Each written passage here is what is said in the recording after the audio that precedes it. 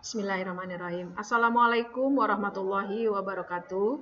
Selamat pagi siswa-siswiku sekalian. Hari ini kita akan melanjutkan pembelajaran kita mengenai bangun ruang sisi lengkung atau BRSL. Yang termasuk kepada bangun ruang sisi lengkung ini adalah tabung, kerucut, dan bola.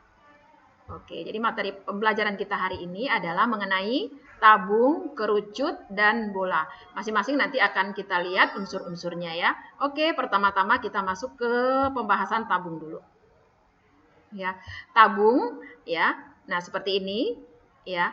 Tentu kamu semua tahu ya yang termasuk kepada benda-benda tabung itu contohnya ember, drum, gelas gitu ya, kemudian juga pensil gitu, pulpen juga itu juga termasuk benda-benda yang dikatakan sebagai berbentuk tabung ya. Nah, tabung ini terdiri atas alas ya, kemudian ada tutup, kemudian ada selimutnya ya. Nah, karena dia berbentuk lingkaran, alas dengan tutup sehingga ada jari-jari dan diameter. Kemudian ada juga yang disebut sebagai tinggi tabung. Ya, tinggi tabung yaitu pusat lingkaran pada alas dengan pusat lingkaran pada tutup ya dihubungkan. Nah, itu akan menjadi tinggi sebuah tabung.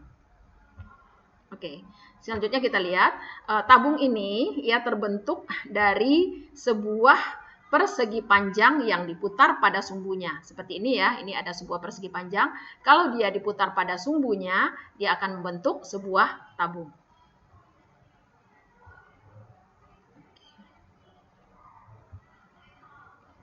Oke ya, nah di sini ada unsur-unsur tabung ya, lebih diperjelas ya setelah tabung itu dibuka. Ya, seperti ini ya. Nah, ini udah saya tulis bagiannya masing-masing.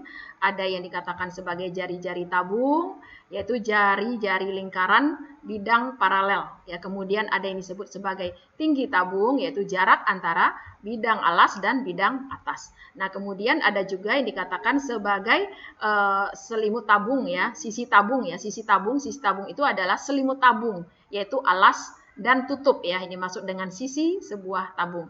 Oke, ini untuk tabung. Kemudian kita lanjutkan untuk bahasan yang kedua, berarti mengenai kerucut ya, mengenai kerucut untuk yang kedua. Kerucut, benda-benda yang disebut sebagai berbentuk kerucut itu contohnya adalah seperti topi ulang tahun gitu ya. Kemudian mungkin nasi tumpeng ya. Nah, itu juga ya bisa dikatakan sebagai bangun-bangun yang berbentuk kerucut. Nah, unsur-unsur yang berbentuk pada kerucut ini ada alas, alasnya berbentuk lingkaran. Kemudian ada tinggi ya, tingginya berarti dari pusat lingkaran alas sampai ke atas puncak itu dikatakan sebagai tinggi daripada kerucut. Ya, nah, kemudian garis miring ini ya, garis ini dikatakan sebagai garis pelukis dari sebuah kerucut. Oke, nah, kemudian kita lihat unsur-unsurnya lebih jelas lagi. Ya, kerucut ini dibentuk dari sebuah segitiga yang diputar pada sumbunya. Jadi ini adalah sebuah segitiga. Kalau diputar ya, diputar pada sumbunya, nah dia ini akan membentuk sebuah kerucut. Oke, ini bahasan untuk kerucut ya. Kemudian untuk bahasan yang ketiga, bahasan terakhir adalah mengenai bola. Oke, kita lihat. Benda-benda yang berbentuk bola ya dimulai dari yang kecil misalkan kelereng, bola tenis gitu ya, bola voli, bola basket ya. Dan sampai bola dunia ya, yang seperti di dunia ini ya bola dunia. Nah, itu juga termasuk bola ya. Oke. Nah, bangun bola ini ya, unsur-unsur pembentuknya juga ada ya, yaitu terdiri dari ada pusat bola ya di tengah, kemudian ada jari-jari ya, itu jarak antara dua pusat bola dengan lengkung gitu ya. Nah, ini sudah saya gambarkan di sini ya. Jadi ada pusat bola ini diameter ya, 2 kalinya jari-jari, ini jari-jarinya ya. Nah, itu yang dikatakan sebagai unsur-unsur dari bola. Dan kemudian ada diameter seperti tadi yaitu tali busur yang melalui ya pusat bola. Oke?